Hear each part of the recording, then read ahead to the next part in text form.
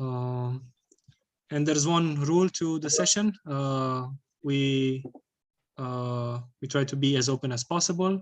Actually, there are two rules, and the rule number 2 is don't forget rule number 1. So let's enjoy the 1 hour and a half that we have at hand.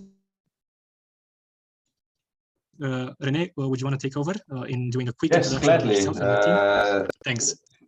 Thanks a lot, Alex. I'm always amazed how you can speak without point and comma. So, I mean, it just comes, right? It comes. I mean, if you ask me, coffee. Cool. Good. Happy to be here again. Alex and I actually go long back, right? In your prior life before startups, we don't know each other only for How to Web, but I'm always very pleased to also be involved in the spotlight. And this time I actually brought with me Cristiana as well as Inga, because we would like to give you the chance to, of course, to ask questions, but also ask to tell you a bit about some tips and tricks, absolutely informal, not formal. So we will not have any presentations, because we also know that you come from different countries, you have different backgrounds and so on. So we would like to see this rather very, let's say, agile in the case that you please ask questions, what could be very important for you. These 1.5 hours are absolutely, let's say, to be used by you, because usually, particularly experts in our field, if I'm maybe blunt, are not cheap. However, you need them at some point in time when you want to raise money, or you are in contractual negotiations, or you would like to maybe have a share option program for your people. So you need them. And my first advice out of this speech would always be choose your consultants wisely. And it's always like this. I mean, if you pay peanuts, you get apes. And this is something which may not fit very well into all your budgets. Mm-hmm. But there are trigger points, and I will come afterwards, after this introduction round, back to that, where it's really worth to spend money wisely from your side. So with me is, as I said, Inga, Cristiana. Me, myself, I'm head of tax of KPMG Romania. I used to be an entrepreneur myself. I founded more than just one company before I went somehow back into the corporate environment. But nevertheless, my love is still with startups, also with entrepreneurs, with people who have skin in the game. I think this is something which the society nowadays needs more and more. So I'm happy to be here. Although I have not a very fancy title with head of tax and legal, so for most of you, this is not very appealing.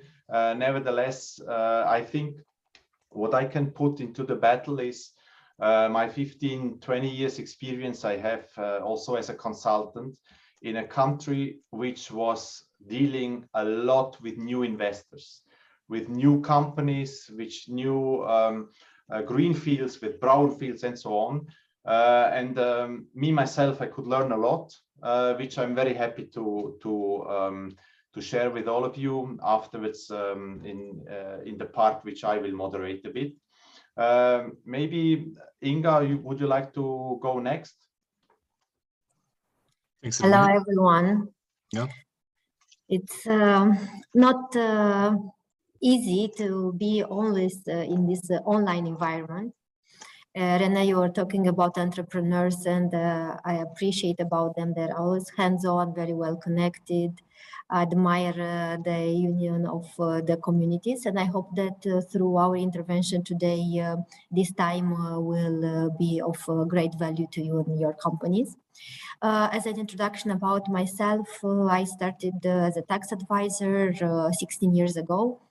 And started in Romania. I also have some international experience, either by working for international companies or working in Milan as a secondee. Technology is my passion. This is why I joined KPMG as a head of tax and legal technology. And I believe this is the future. And in this manner, I would just say that for us to bring technology to the tax field is also sort of an entrepreneurial business. So I would like also to steal some of the skills from our participants. But in the same time, the reason I'm here is to share what lessons we learn by working with other entrepreneurs on stock option plans, the reasons why they chose this type of incentive, either for the benefit of the company or their employees. So thank you for having us here. Thanks, Inga. Thanks for being with us and touching on this matter. I suggest that Cristiana, you'll go next, right? Yeah, hello from my side as well. I share with Rene and Inga the passion for technology and for the entrepreneurial spirit. I've been also an entrepreneur for a while, and in the last 18 years, I advised a lot of investments in Romania. As Rene said, many things happen here, greenfield investments as well as acquisitions and so on. So on the transactional side, we would be glad to share all our knowledge, or at least a part of it today. In regards to my background, I'm IP and data privacy lawyer, and I'm the legal partner of the law firm in charge for these topics. And today I will deep dive in the IP, so intellectual property issues and tips and tricks that you can use. I mean, founders can use to maximize their value of the company that they would like to be financed. Thank you. Thanks, Cristiana. Back at you, Rene, I assume. And yes, we said we would like to share with you basically 3 topics, but around that, I mean, feel free to ask any question in addition, or stop us when it's boring. So this is your 1.5 hours. We said we touch a bit the angle of financing rounds, also from the point of advisor in the tax, finance and legal fields, and what is good to know for you. Then secondly, we said we look into IP. For a lot of you, IP will be very relevant. And Cristiana will share there some points with you. And last but not least, Inga, she will also talk about a kind of incentivization of people, of course, but also about the whole part, how you as founders are not forced to give away shares to your employees too early in the process, which is, of course, very costly. So she will talk a bit more about share option plan and explain what this means. And we are aware of the fact that not all of you are coming from Romania, so we are going to try to touch the subjects more at the, let's say, at the level which is relevant for any country, and not just for Romania. And I think we will well be able to structure it like this. I'm currently mentor of several startups myself, directly. In some I'm also invested, and the most painful periods with the startups is always when the founders think of the product as well as the market, are fully into it, but totally forgot that in 2 months there is no more money. And this is unfortunately a situation which is very, very often faced, and is not only a distraction, is a pure stress. So this is the situation where I think you need an urgent kind of financing, and it's a situation which you should always avoid. And not everybody is a good accountant, not everybody is a specialist in cash flow or a former treasurer, because otherwise likely you would not be the startup entrepreneur as you are.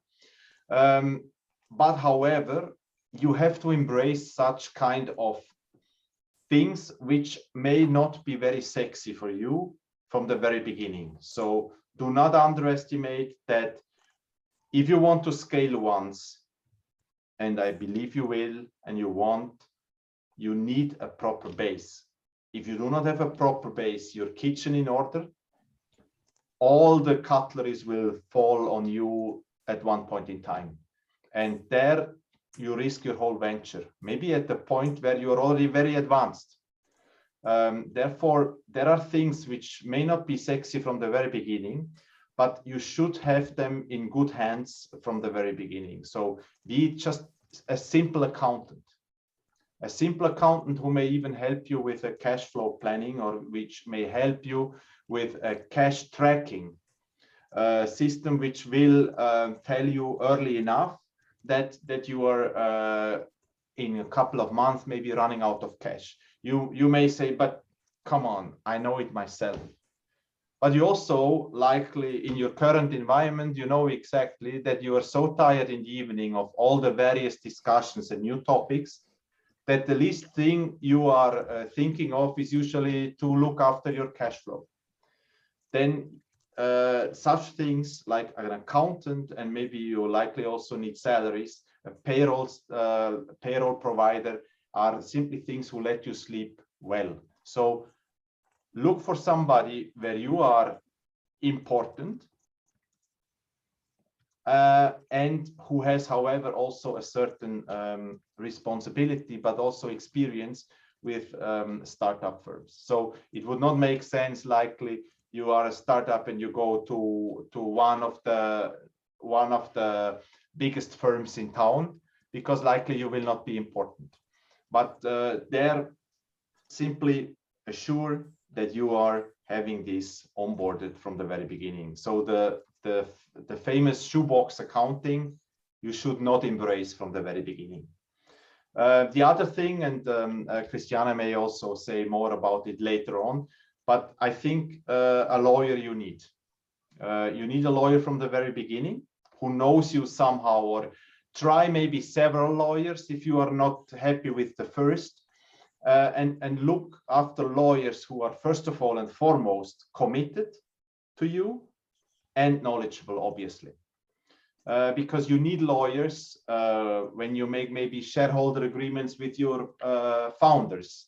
You may need lawyers when it's about labor agreement with a new CTO which you want to get aboard, or you need it for sure when it's about the first financing rounds. And this is something very critical and something very interesting from a consultancy point of view is that we see that lawyers are usually really paid very well by startups, because there are not so many lawyers who are also very experienced in this environment still. And it's simply very important. So these are, let's say, this is just a kitchen you have to have, right? And if you have this kitchen, then it goes maybe towards a financing round, and you ask yourself, okay, why did he tell us this? Yeah, because during the financing rounds, you don't want other headaches. For instance, like I didn't have a proper accounting, so we have to remake the accounting, because although you may say, look, we have such a small firm, maybe we don't have revenues yet, we just have costs. Who wants to look into really this kind of depth into the business? It happens. And it happens, why? Because some investors simply want to see whether you keep things under control and you walk the talk which you may have delivered. You had a question before, Alex, or I wanted to, if it's okay, wanted to ask you,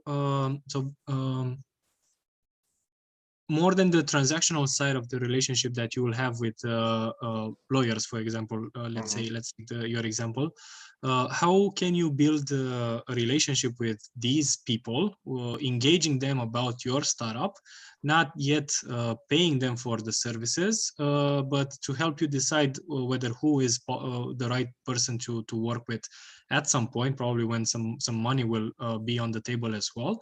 And what are the not so usual, so the unconventional approaches that maybe you had from coming from founders? that helped you as well to understand that this might be a great opportunity to build a relationship and to follow up on that startup as well, because at some point they got to their fundraising and they involved you or not in their fundraising process, and they also you could also jump in as their advisors, but nevertheless they had an unconventional approach towards you as professionals. I think the cutting corners is always a good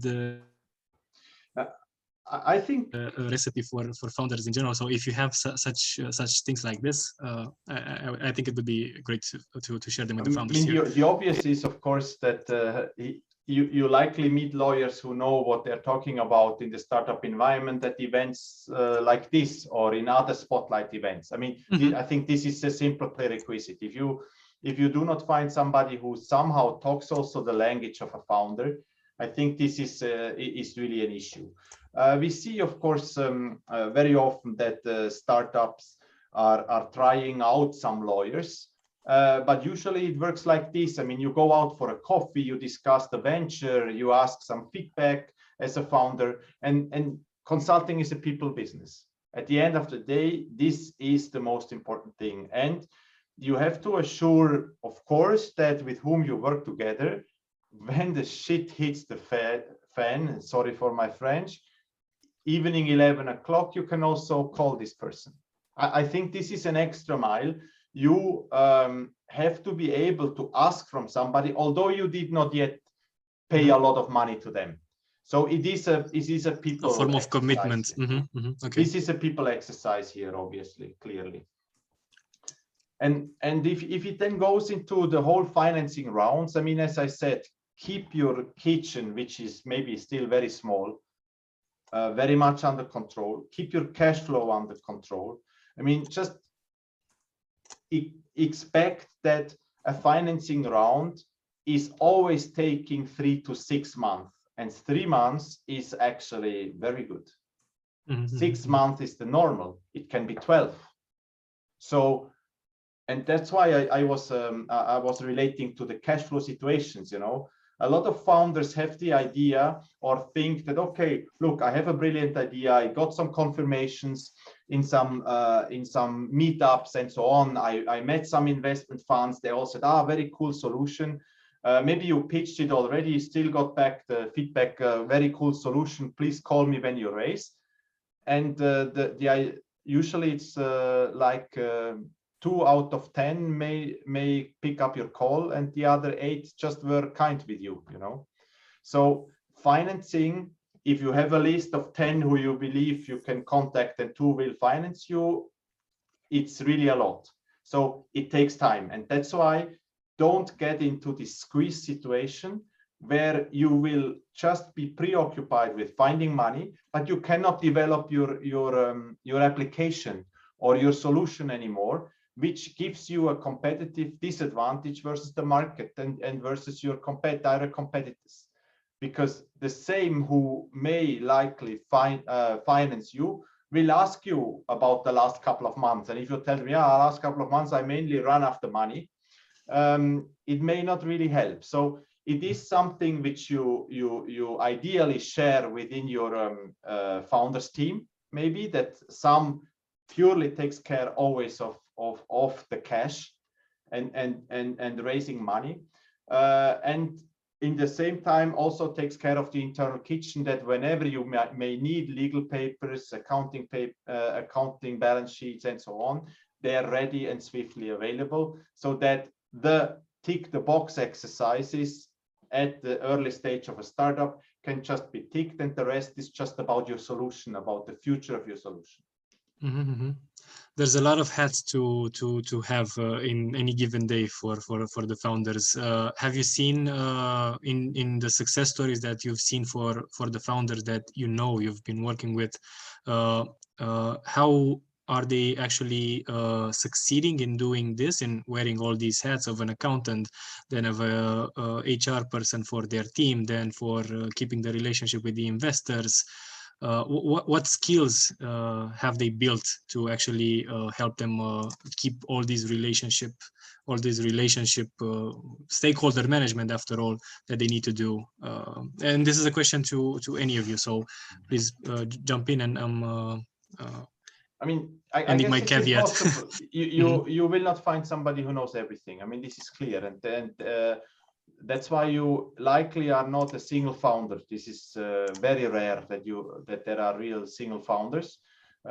Likely you are a team of 2 or a team of 3, and it's very important that you find the right mix from the very beginning. Who could take care of what?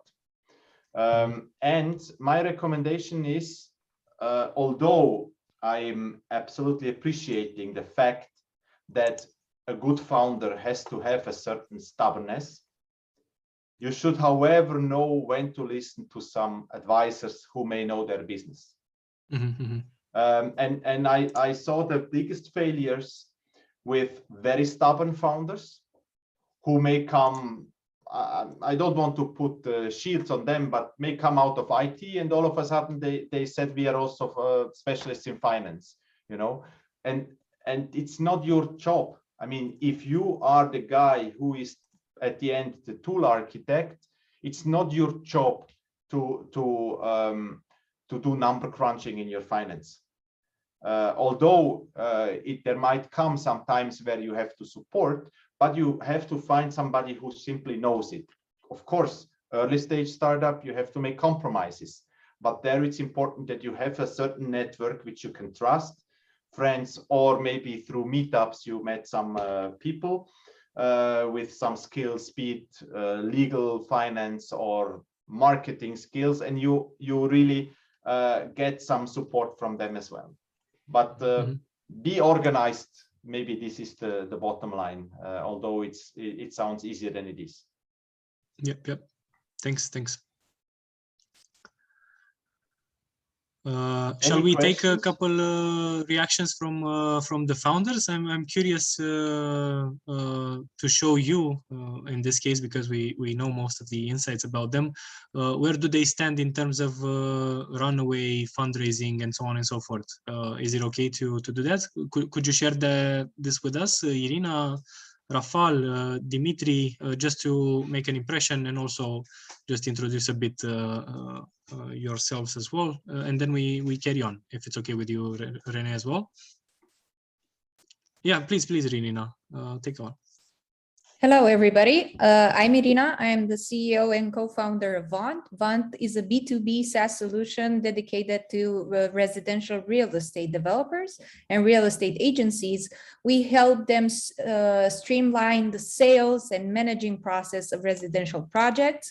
Right now, in terms of fundraising, we are not as pressed because we started differently. We built a business out of our own money and we bootstrap. So currently we're covering our team's expenses. So we just recently started fundraising from that part. And where we are right now, I made a CRM and a pipeline of sales. I did some research on the people that I want to get in contact with. And I'm polishing our pitch deck for the people we want to talk to.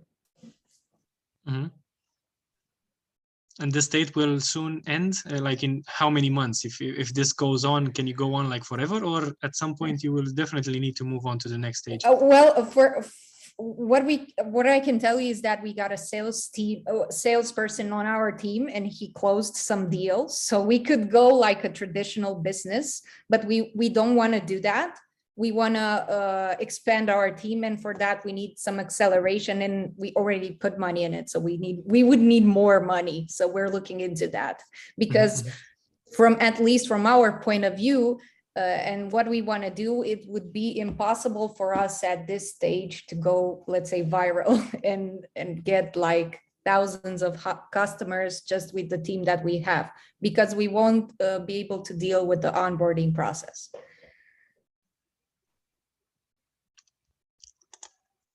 Got it. I think this opens the subject of how to open up new markets, right? Back to you, Rene, Cristiana, Inga. I mean, my feedback, Irina, is you touched a good thing with polishing the pitch deck. I think the VCs are better to answer how important that is, but I think is one of the top things which you simply should have ready at almost any moment when somebody comes, that you can swiftly provide a pitch deck, because very often financing opportunities are not coming only on your push, but maybe they just pop up in a discussion, you know, and usually this is how I see it when startups, when it takes them kind of a couple of weeks to come up with a pitch deck, you see that they didn't well think through the whole process yet. So it's good to have this kind of also part of the kitchen ready. Yes. Yeah, we already have a pitch deck, but you know, it's always a work in progress. You have an idea and you put it there because it sounds better. Yeah, the advice is to see it as a strategic document that captures what is it that you do right now and what's the progress so far and where you're heading. Thanks, Irina. Anyone wants to share? Is anybody in the first financing process or had already one and goes into a bigger round?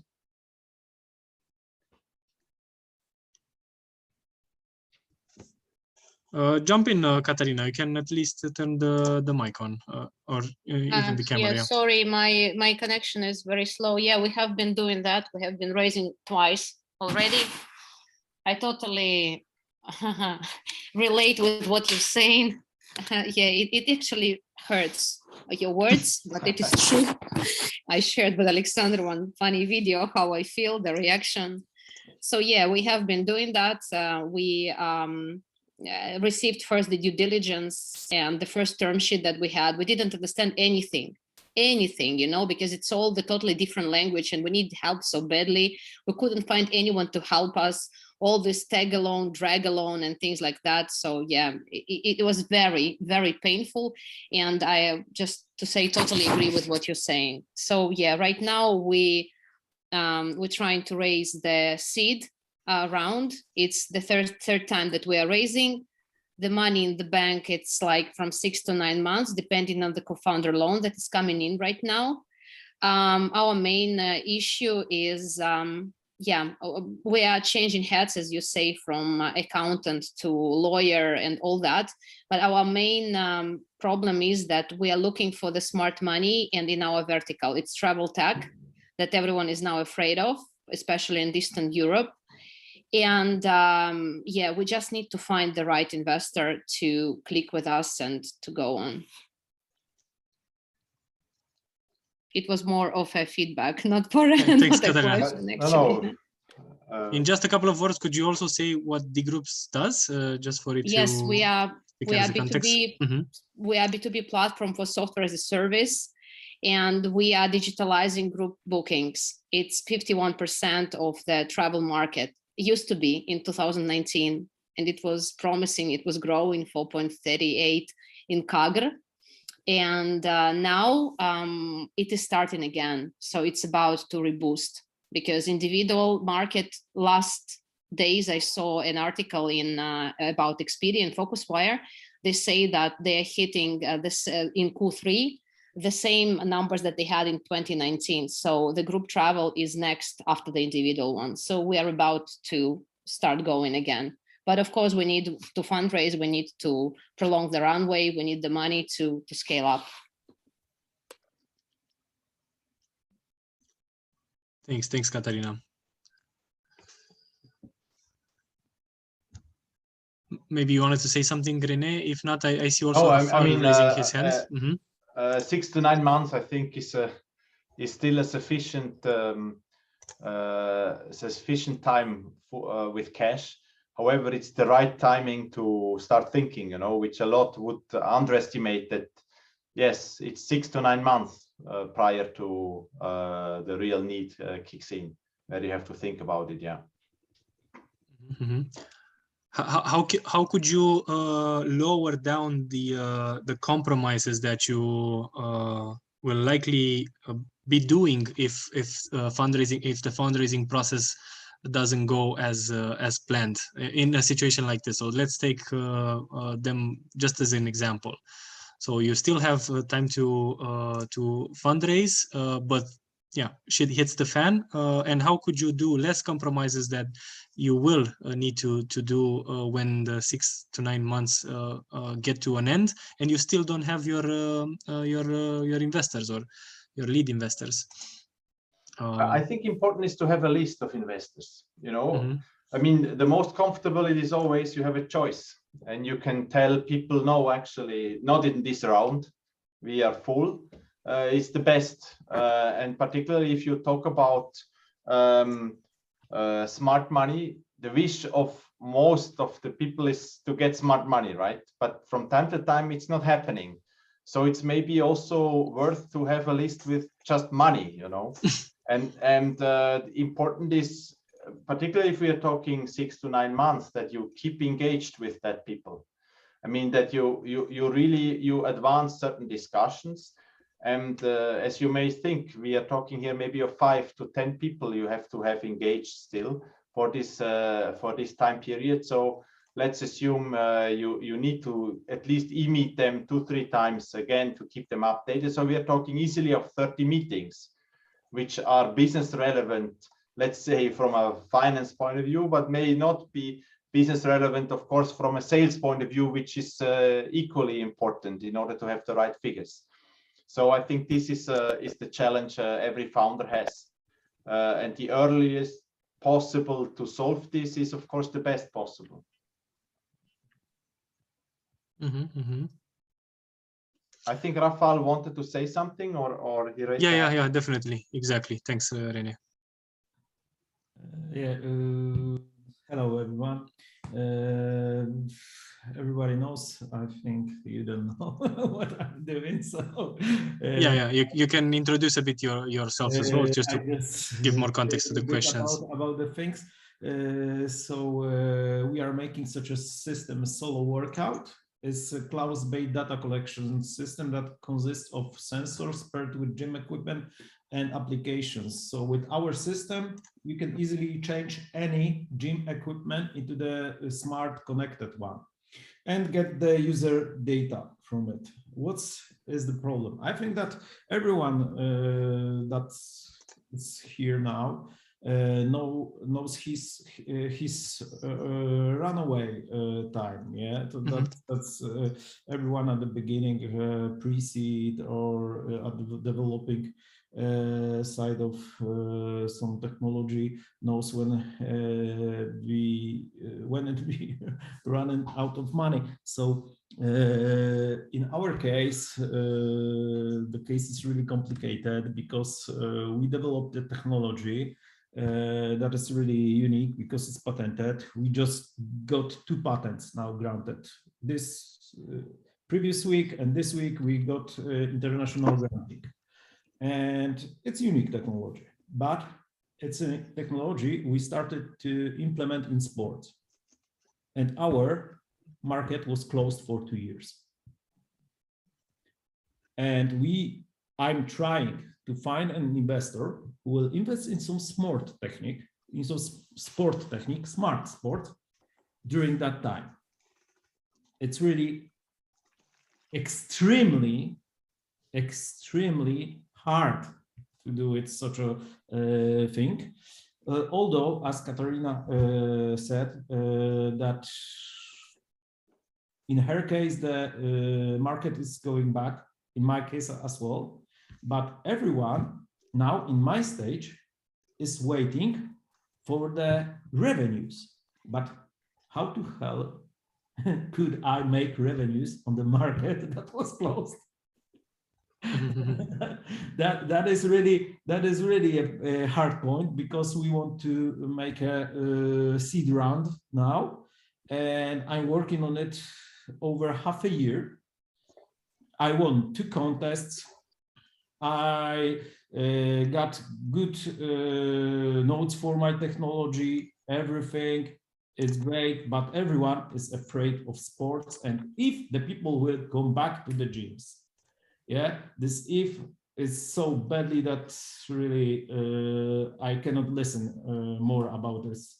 That a lot of people is thinking that no one will make a workout ever. That is really crazy, I think. So that's the problem here. The side of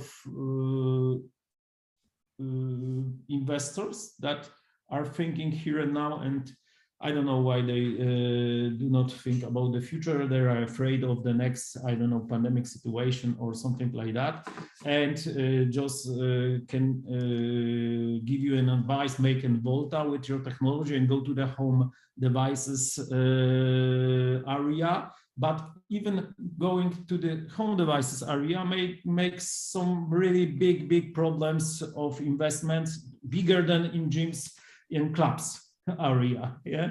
So that's the thing in our case. And really, I from the very beginning of my run, because I had I could say 2 normal runs with this whole drag-alongs and anti-liquidation and so.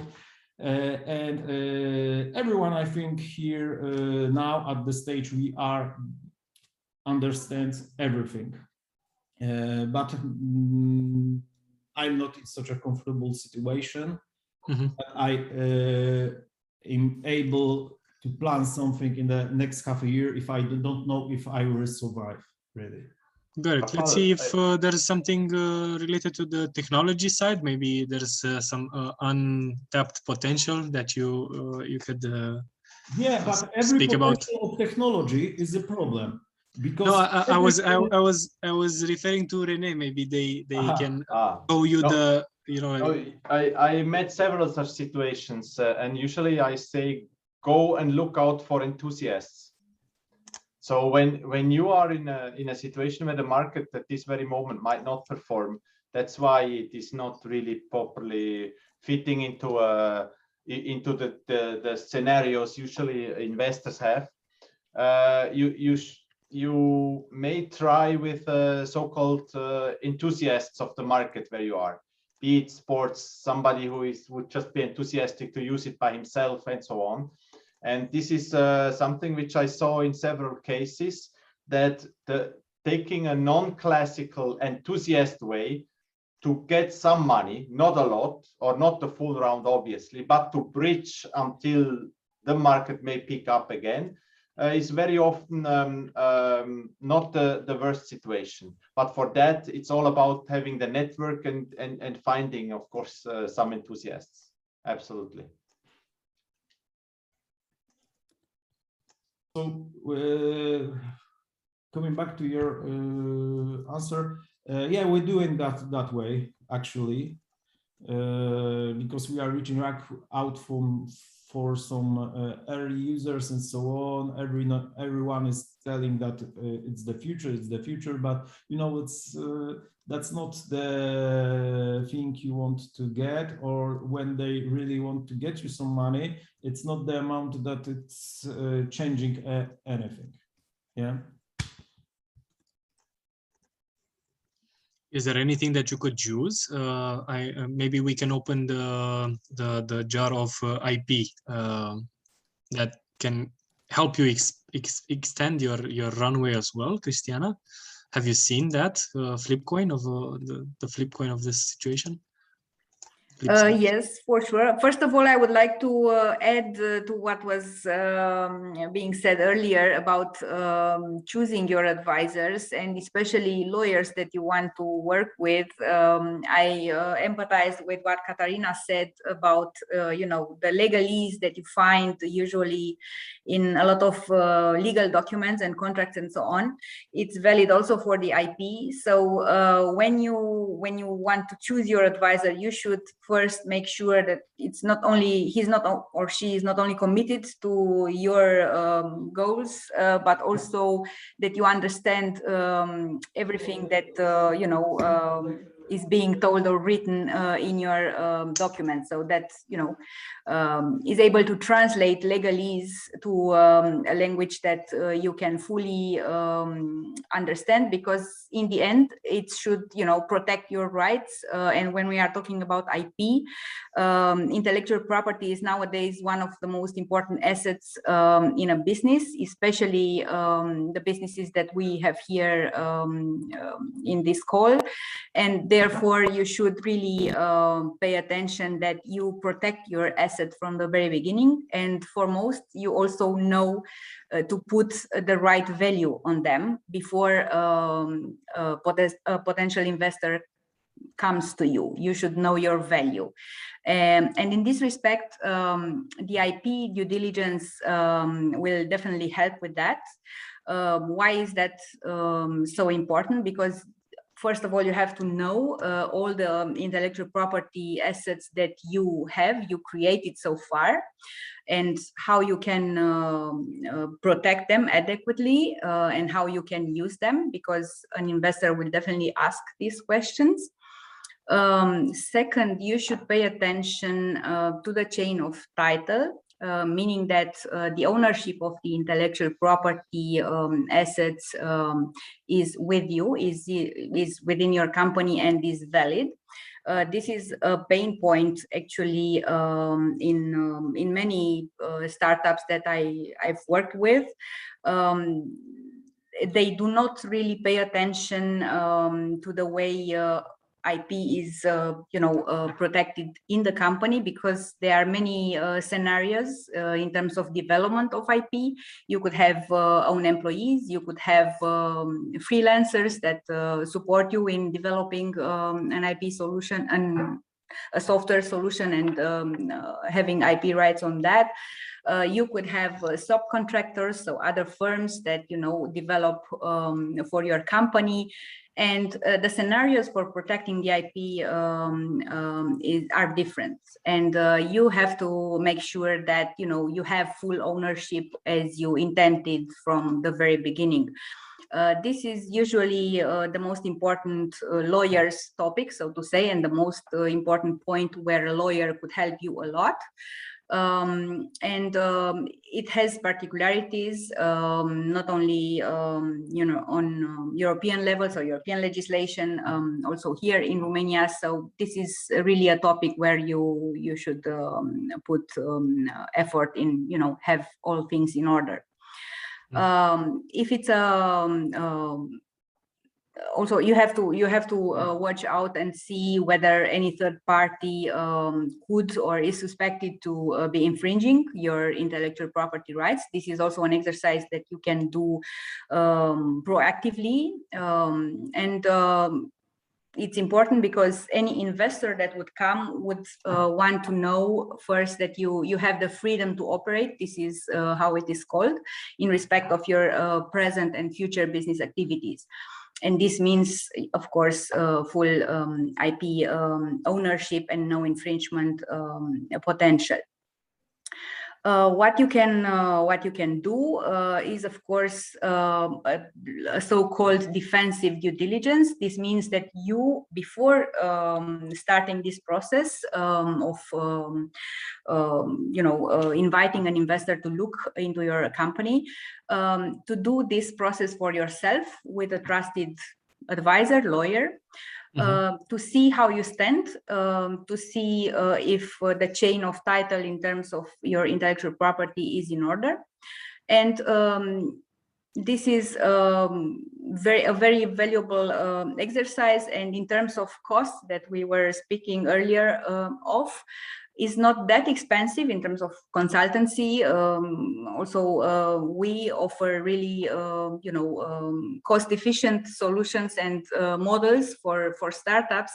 And it turns out that, you know, a couple of hours of lawyers' consultancy is really a good investment to the potential value that you get with this exercise, because in the end is the value of your company that you are increasing, so to say, because if everything is in order, the value that your company has in the investor's eye is for sure the value that you want to have. And yes, please. Is there a quick check for the major issues that could come up that the founders could do for themselves, like 2 or 3 questions that they could ask themselves to see if they have the red flags or not before they deep dive into such a process with somebody?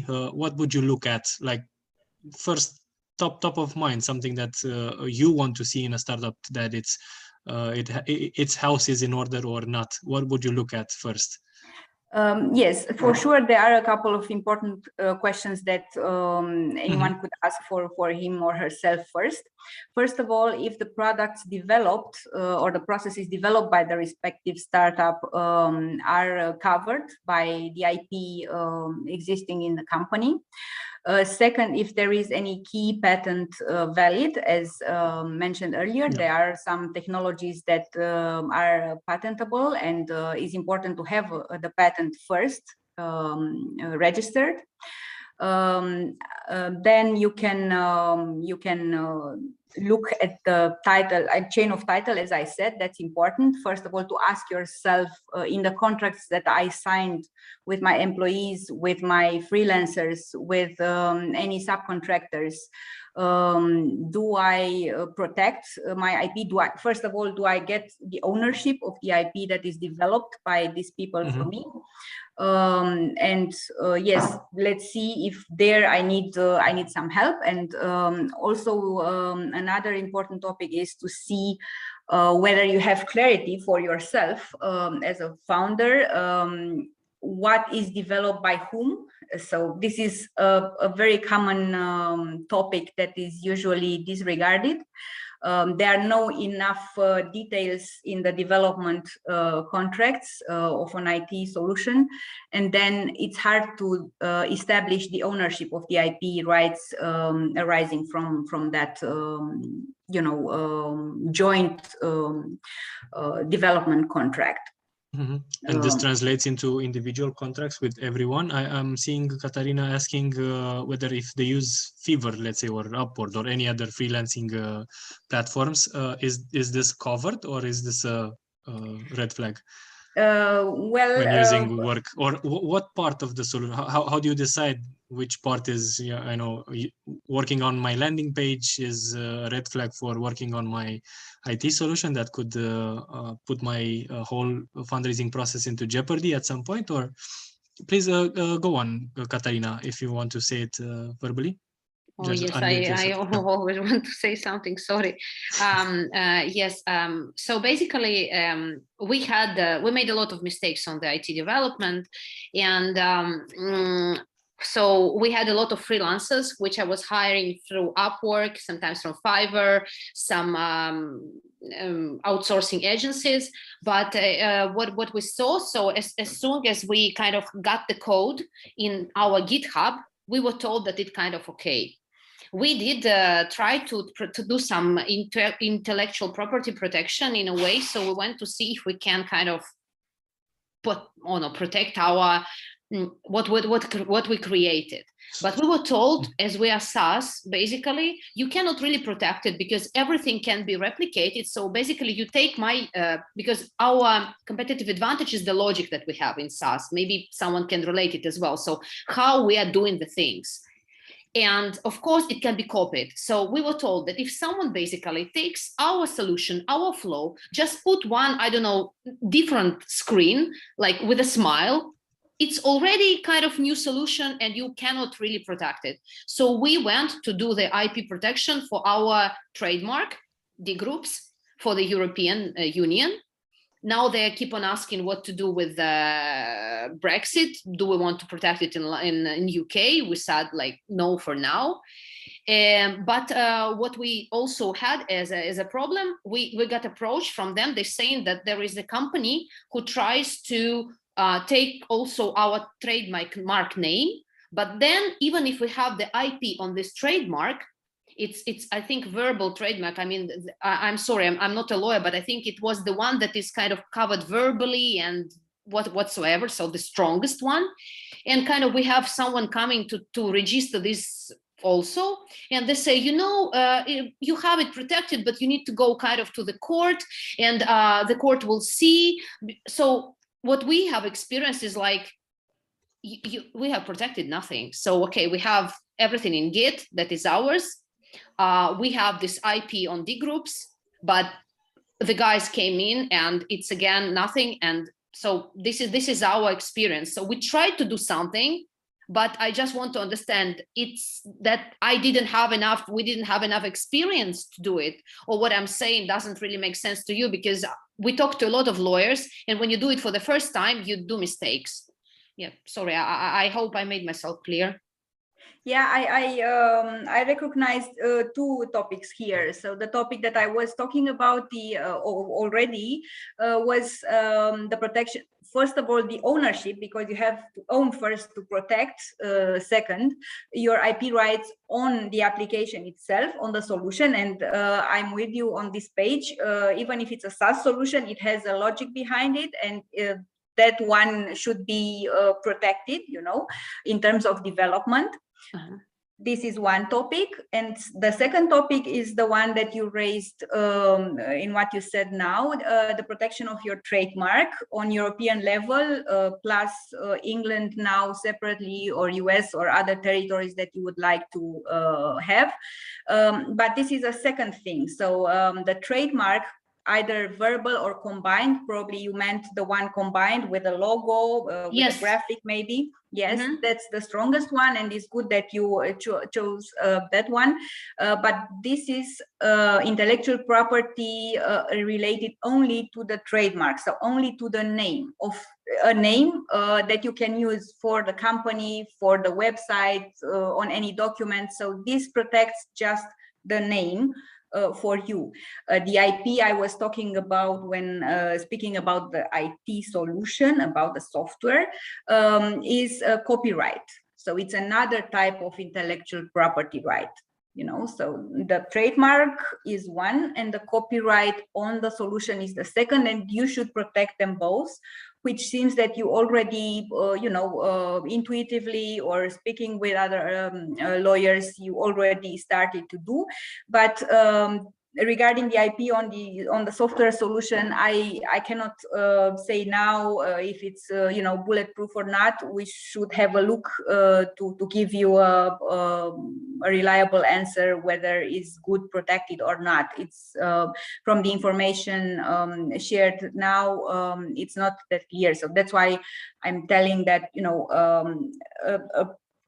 a rough due diligence on this is really helpful, and it's not that expensive, and for sure it helps avoiding mistakes or omissions in this process, because indeed it's a lot of legal stuff that has to be taken care of there, and you should choose a lawyer that really understands also IT solutions and all the background around it, not only IP law. But is it possible to kind of protect what we were told? They said that SaaS, it's impossible to protect, because kind of this is what we generally were told. They say, guys, everything can be copied. They kind of use you. They do another graphics, they insert a couple of more screens, and then you cannot prove nothing, even if you were the first. We were even told about this. One lawyer told us that, I don't know, maybe you will be laughing. So he said, literally, you put all the mockups, everything in the envelopes, you put a date, and you put it to two different places with kind of a date when you shipped it. And this, you will be able kind of to prove that you had it first. This is what we're also told. Yes, this is everything you said was probably related to the protection with the European trademark solution. They said IT, because we were saying like if they copy us, if they copy the idea, because we make everyone like paranoid to sign NDAs, we have a lot of NDAs, so with whom we talk, we're like, can you please sign? Because we were told that like literally what we have, it's just the business logic, and this cannot be protected like at all. So can you just comment on that, on the business logic? Can it be protected or not? We can take this discussion offline, because it's a mixed information that we have here. Thank you. We can do this offline. Thanks for bringing this up. Yeah. If there are any other questions, I'm happy to answer them. If not, I would give the floor to Inga to speak about the share option plan. Yeah. So with all these challenges, why do people want to work in such environment? And how can we actually foster this through what you are about to say, Inga? Thanks. So we were talking about how to get money. And my topic is more around how to spend them, especially when we're talking about spending them wisely with your employees. I am looking at some statistics of how companies are spending their money, and normally what we see in the eastern part of Europe, it's mostly on collaborators, freelancers, or just regular pay of salaries to the employees. And some of those payments, unfortunately, don't always follow the correct tax regime and are bending the rules, which brings the companies at a later stage during due diligence process in a very painful situation that we touched base earlier. So my talk now is around, let's say, good practices. And I don't know if you can use your emoticons. And if yes, I have some questions just to warm up the audience and see where we stand and if we are all on the same page. So thumbs up if you heard about stock option plans, if you have any idea what is this live animal about. So some thumbs are coming up.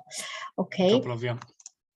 Fine. Then the next question would be, did you, let's say, investigate, did you discuss in your company of maybe an opportunity to implement one for your employees?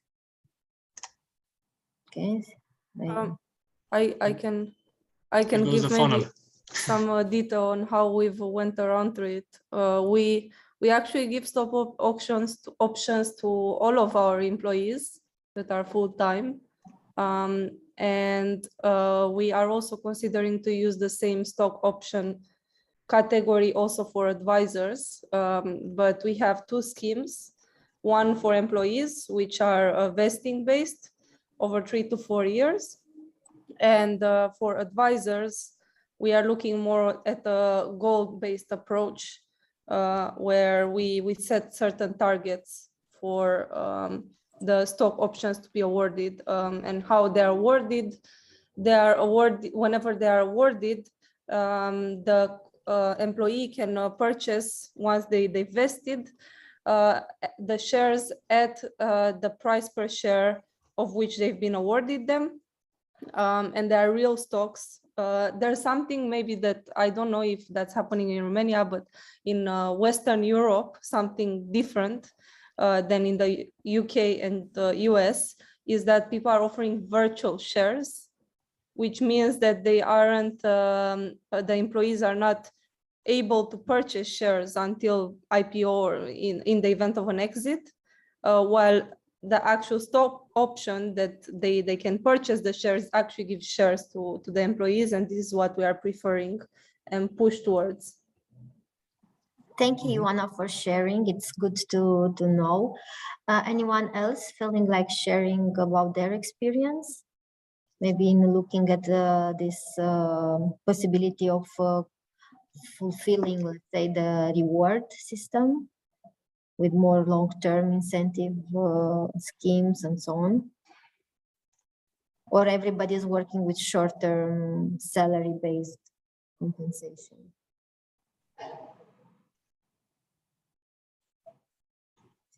So then, I guess it's the latter. So as I said, in our part of Europe, it's not yet very popular to see stock option plans.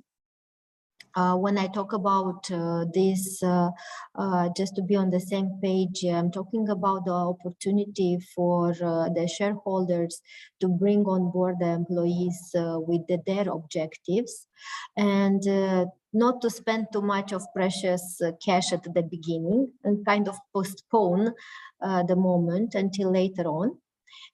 So this is a very popular method, we will say, in Silicon Valley for companies that are at the beginning of their activity. They want a powerful motivational tool for the employees. So this is really about long-term success.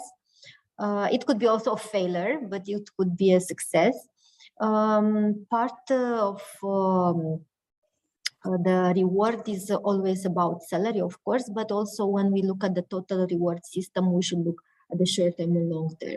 And stock option is about long term. What is a long term? It depends on a country by country situation, because apart from the benefits that you can derive as owners out of the incentive of your employees with these plans, it's also about tax incentives. So we should look at each country, what would be the proper rules to structure it in order to derive a full pack of benefits, either non-financial benefits through the employee motivation and retention and so on, or also why not maybe derive some tax incentives.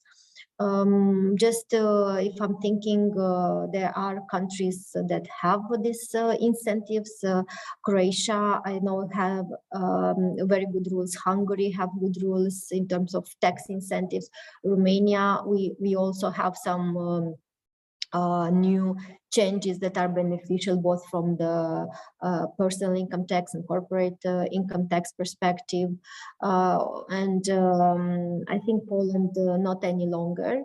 But of course, in order to achieve this benefit, you would need to dig a little bit deeper and talking to your communities about the conditions to be fulfilled. So having said that, just briefly to touch base on how this plan normally is structured.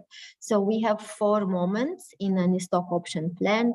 We are talking about the grant, so Ioana mentioned about it. It's the moment where you don't receive shares, you receive a promise of a future benefit. So you as an employee or as a manager are granted the option to become in the future a holder of shares. Then there should be a vesting period. This depends very much on your business plan. So Irene was talking about the vision that you should have about your company and so on. And this should be aligned all together to the business plan and the targets that you want to have and that you want to communicate to your employees. Because, for instance, for stock option plans, there are always embedded some performance indicators into the plan. So these indicators, for transparency reasons, would need to be communicated to employees, and we can look at earnings per share, at total shareholder return, on return on capital employed, and other indicators as indicators to calculate the gain. And then at a certain moment in time through that plan, there will be the exercise moment where the individual converts the options into shares. So this is when we talk about actual cash. So this could be in 1 year time, in 2 year time, 3 year, and so on. And again, there is a lot of flexibility for you here to structure the plan in such a way that either the exercise is free or the individuals would have to pay a certain amount in order to exercise the shares. And then, of course, when I'm thinking about what Ivana was saying, I'm thinking about the benefits that you can derive in certain countries. The tax benefits are normally linked to actual shares. But of course, if there are any variations to the stock option plan that result not in actual granting of shares, but in, let's say, conversion of the shares into cash and cash payouts, or for instance, the legislation would still qualify as preferential the opportunity to grant phantom shares, then this could be options for certain tiers of employees that, let's say, are not in a managerial position and you want to create some segregation. Without being, too detailed about it, the conclusion of a stock option plan is that this is a widely used tool for startups. This is a tool that helps you plan your cash very well. And if you do it properly, you can lend out for countries like Romania or Croatia or some other countries, lend out in a position where this is tax neutral for you. So then, for instance, at some point in time in the future, if there any tax will have to be paid, it will be paid by your employee, and it will not have a burden from a employee cost perspective as a regular salary or a short-term benefit like a bonus. Yeah. I will stop here just to take some questions from your side and see what is your interest to look more into this opportunity, with my presentation being around the benefits, both from employee retention and tax incentive. As previously asked Cristiana, could you also put on the board some key elements to consider and some rules of thumb when dealing with the SOP? I was scrolling through the chat, and thanks, Ioana, for adding a lot of your insights about the percentage, or if the investors contribute to creating the ESOP, and so on and so forth. So what should the founders look at particularly, the key elements of when considering to build an ESOP or actually provide the ESOP to founders? So there are variations of elements across the 4 moments: grant, vesting, exercise, and sale. So a key point is to work on the plan and align it with your strategy.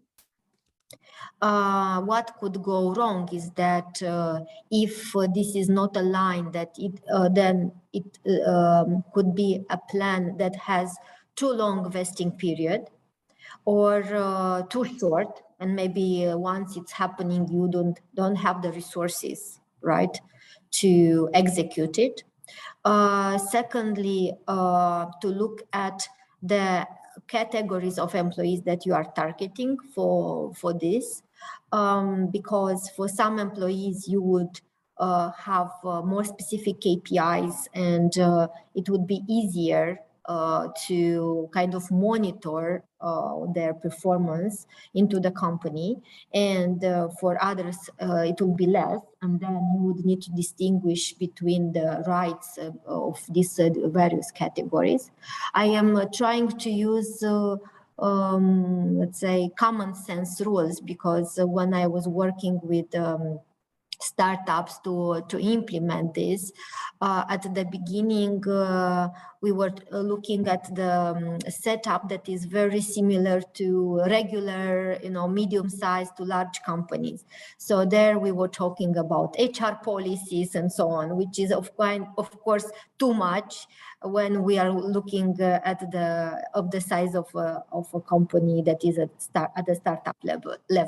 So this is why I'm saying that this is a dynamic process, and it's more something that you adjust talking to a specialist about your strategy, your business mindset, and what you are planning to do.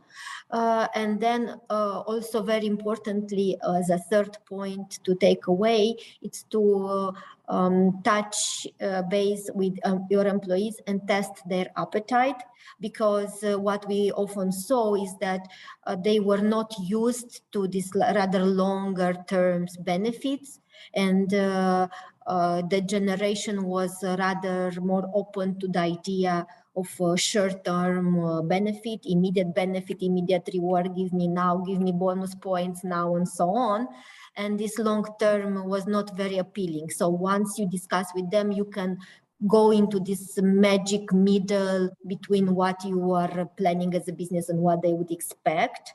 And this communication should come as early as possible so that they are sort of onboarded along as you develop the plan.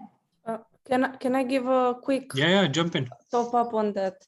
So I agree with your points on knowing why you're offering the stock options, but in an early stage startup, every employee is valuable. And I'm a strong believer that whoever's coming to support us with operation, customer support, may become one of the leaders later on. I can give you an example. When I was working at Shopify, our chief talent officer started as a support person and quickly grew up the ranks. She had the motivation and she had shares to fuel her forward. So that's one point to consider. Of course, giving less makes sense. A senior developer, lead developer will always get a lot more than someone in customer support, but everyone should feel like they're part of something that's growing, in my opinion. Everyone theirs. And then something else that I want to mention was the fear, the people not being used to stock options. That's another point. You can always work around that. What companies do is when employees want to exercise their options early, they can sell privately to other investors part of the stock option plan and allocate basically to investors instead of employees. Employees get early returns before the company IPOs. They act like a normal bonus, but at the same time, it's a win-win for the company because you're not giving money straight away, you're giving money at the end of the year. And I guess this is something that I don't necessarily believe in bonuses, like cash bonuses. I think employees should be paid monthly based on how they perform. But at the same time, as a startup founder, I need to be mindful of that. And if I can defer part of the payment at the end of the year, there's an opportunity cost that I'm winning here, right? Fully agree with you, Ioana. Thank you for sharing the point. I think there is I saw, Rafael and Sandro. Waiting. Yeah, please jump in, guys. Okay. So I totally agree with you, Inga, to make the plans for the workers at our heavy kinematic. Sorry to be a little bit next to the conversation because now I'm negotiating 150 cases to my firm. So a little besides writing emails and so on. And we've got we made such an option plan, but not for everyone that's working here. We made this plan only for our core team. And it's really worked great during our crisis situation that we had now during the COVID. For us, it was a crisis situation. So it really improved engagement of the people and not always, I can say not always only the money is the thing that is engaging or it's that people are waiting for. In our case, the options was a very good idea, and the people could give more from the serve to the firm. So I know that the core team never leave me. when we have some problem, then we have some problem. We have it together, and that's I think that's the point in time that you have to do something like that. But we made the options, but to make the options work, we just said that we'll make it by exit, not or by a really huge takeover or something like that. Yeah, thank you. Thank you, Rafał, for sharing. Also, what I've observed is that having such a plan is always putting you in a better position with the investors, because sometimes what they are looking for is also for the continuity of the business.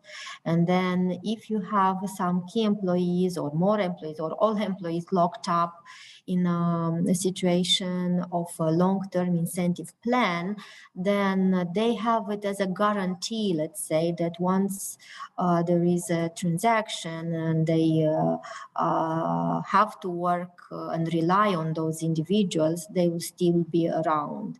And we could see some happy situations where stock option plan was a deal breaker, let's say, because it was in place. And also just a month ago, we could see on the Romanian market a different situation, unfortunately a sad one, where after the deal was announced, part of the employees left the company along with the clientele. And now this is putting a lot of pressure on the owners because they need to deliver on the transaction. So be mindful of also this long-term benefit for the company. Thanks, Inga. Sandro, want to chip into this? No, I just wanted to share that I'm using it as a tool, or I was very much aware of how important the compensation package is. Actually, as we incorporate, we set up that 20% of our shares are reserved for both early investors and the stock plan, the options plan. And also, I don't know, I think that here, at least in this part of Europe, is a huge opportunity because at the moment, I'm looking to place what would be my head of growth. She's actually leading growth at the largest company here in Lithuania. I'm not going to say the name, but you're going to figure it out. But yeah, what I've come as a recruiting tool. What I've come to discover is that is unheard of. They're like, "What do you mean?" Like they're giving me a piece of the company, and from a talent point of view, you're going to find some companies that are maturing and are becoming corporations, and they're becoming boring. So a lot of the talent are finding this is not probably the high-paying startup that I wanted to be part of. So that is helping me gather attention with a couple of people in a way that I didn't think was going to be that easy, because in the States this is pretty much standard. They're going to start comparing your stock plan with any other, and it's just like common currency. And yeah, probably what Rafał said is this is just reserved for very specific conversations. It's not there for everybody, at least at this point, at this space. But yeah, probably my recommendation is that put it on somewhere on the incorporation documents. I don't know if you can do it at a later stage, but at least with the investors that I've been talking about, that has left a good taste on the conversation. They're ready, they've already set for that, and they put it as part of the vision and the sustainability. So yeah, that's kind of my 2 cents on how I've used that. Thanks for sharing, Sandro. Thank you. Being mindful of the time, I would just say in conclusion, as a next step, for instance, if you are looking at this opportunity, then pick up wisely your advisor. There are solutions, as I said, that could meet your employee objectives. they would be in line with the legal constraints or what Cristiana was mentioning, and Rene also about having a good lawyer around. So also you would need to meet some conditions there from a corporate governance perspective of the company. And then thirdly, also fully rounded stock option plan would also imply some tax benefits in some jurisdictions. So it's always good to have all the fruits in your basket if you can pick them all. And we are here also if you have any questions afterwards, please reach out. We will be happy to help. As I said, I've been working with entrepreneurs. I did implementations in Romania of stock option plans. We helped also them abroad. We are perceived sometimes as expensive, but really one discussion that is free doesn't cost more than our time. And we will be happy to help. Thanks, Inga. I would circle back to any of you that want to ask a big burning question, or if not to Rene, if he wants to state something for the final moments of our session today. I was just looking to see whether he still has one-on-one meetings. But if that doesn't work and you want to take this as a private discussion, we're more than happy to do the intros, Rene, with any of the founders. Other than that, we would leave the space for any final thoughts. We're getting close to the 1.5 hours that we have reserved for today. Please take over.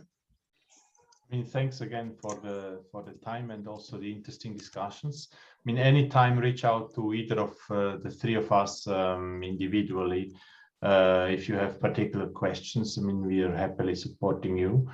And I think again, most important thing maybe to take out is I think it's important, although it sounds obviously awkward coming and talking as consultants towards you, but there are things you simply should not care yourself, and it's better outsourced, meaning somebody who deals with it daily, taking care of. It's being aware of time, of your precious time, but also of the potential risks which are around. And I think a lawyer is always around that. If it's about finance, I think it's also wise to talk to knowledgeable people.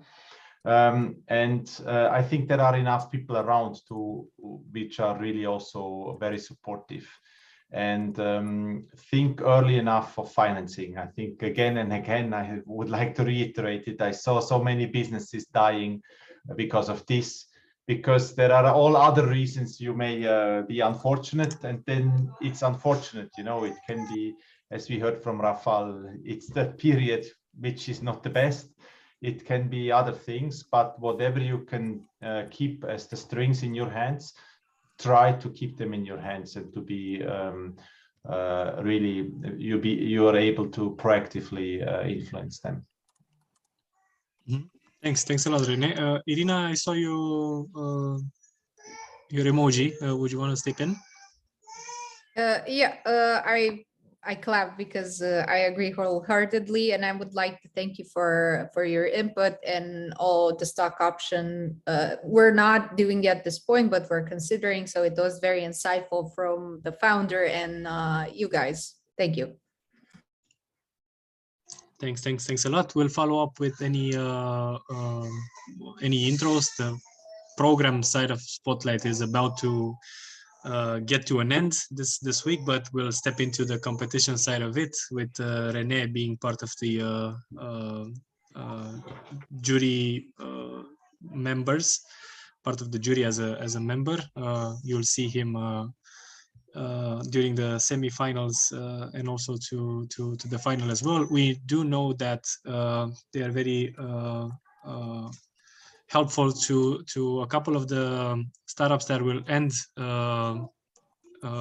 getting some sort of a support from Rene by the end of the competition side of it, so the runner-ups of the competition side of Spotlight. But is there any other way that KPMG works with startups? Anything that you want to share more on the relationship of KPMGs with startups, Rene? I mean, there is just one last thing. Yes, thank you very much, Alex, that you mentioned it actually. We used to have an accelerator ourselves, KPMG, started with it 4 years ago. And we actually, instead of taking in batches, we decided on being very ad hoc on support. So wherever we see a fit with a startup, which is usually a B2B startup, we are very happy to help accelerating with our know-how, with our experts, but also with our network. I mean, KPMG is worldwide present, and we have everywhere experts in various fields. We have technology know-how, but also the unfancy accounting know-how everywhere. So there is always a possibility, if you see that partnering up with KPMG would really make sense, you can reach out to us and you will get a very swift feedback, whether we share your view or not. And if we share your view, usually we put together some KPIs and MOU, and then we take it from there. And there is no restriction on industry, there is no restriction on size of startups, country. Important is that we believe that we can do something together, and of course you also believe in it. Great. So there's a potential follow-up on that. We'll make sure that we'll also circle the briefs of all the startups, and getting close to the new assessment stage of Spotlight, we can see potential matches that we can do intros for you to take over from here on. We're at the end of this 1 hour and a half. Hope you enjoyed it. We definitely did. And there's a bit more from what's left of the program side of Spotlight. Thank you for starting off the week with us, and we'll be seeing you soon in what's next. Thanks a lot, Alex. Enjoy the evening. Thanks, everybody. Thanks. Bye-bye. Bye. Thank Thank you. Bye bye. Cristiana, thank you. Bye. Thank you. Bye. Bye. Cheers.